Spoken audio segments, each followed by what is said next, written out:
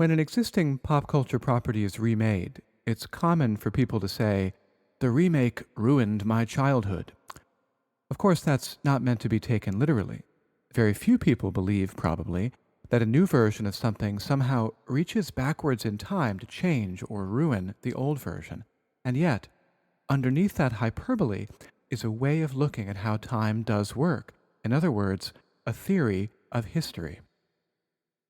And that underlying theory of history has some truth to it. Although, again, a new version of something doesn't literally change the older versions, it can change what we think about them.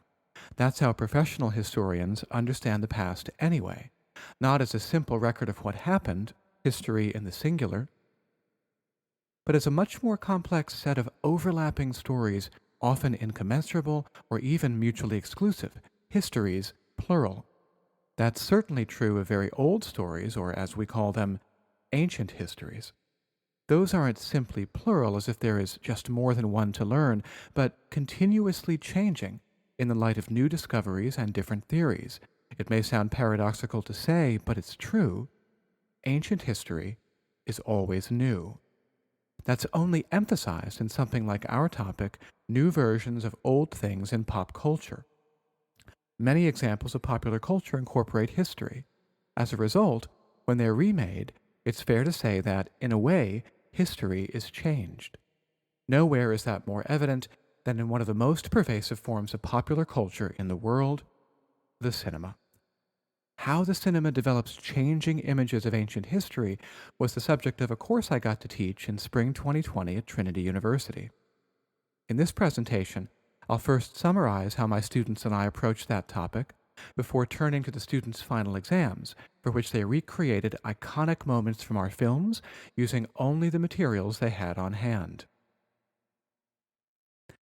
The official course title was Ancient Worlds in Film and Television. There's an enormous amount of relevant material, which we can summarize as falling under three rough categories. Ancient set stories on screen, that is, stories in ancient settings like classical Athens or imperial Rome. Ancient stories in not ancient guise, that is, stories that come from antiquity but have been reset in later settings. And much more broadly, modern plots that draw on ancient themes, like the Oedipus myth. Each of these three rough categories can be linked to a similarly rough framework for describing how the ancient story has been represented on screen. Fairly direct translation, less straightforward adaptation, and again, a rather broader category of thematic inspiration. To help make that clear, let's look at a single ancient story that has versions in film and television in all three of those categories. The story of the mythic sculptor Pygmalion and his statue of a woman which miraculously comes to life and later in antiquity is sometimes called Galatea. Pictured here on the left is the French painter Jean-Louis Gérôme's 1890 version of that moment of animation. The myth has appeared in countless versions in modern popular culture.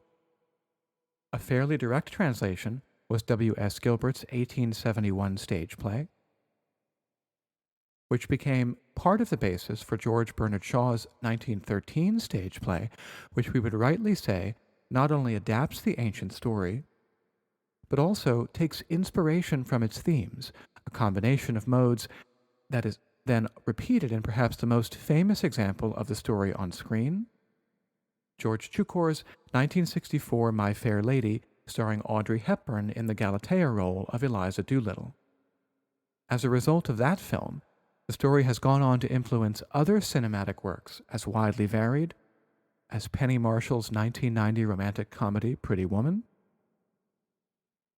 Luc Besson's 1990 assassination thriller La Femme Nikita, and Alex Garland's 2014 science fiction Ex Machina.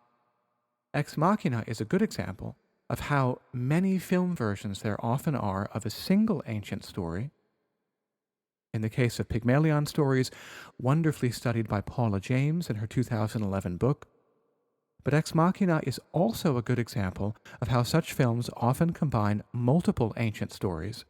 Alicia Vikander's character, after all, is named Eva, clearly evoking the biblical Eve, a complex overlap of traditions explored in scholarship like Julie Wask's 2015 My Fair Ladies, Female Robots, Androids, and Other Artificial Eves.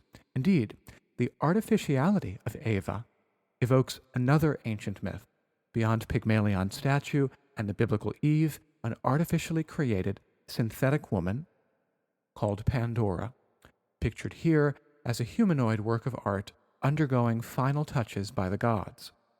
The Pandora story, too, is a source of inspiration for many cinematic works, which, as you can see at the right, form artistic traditions of their own.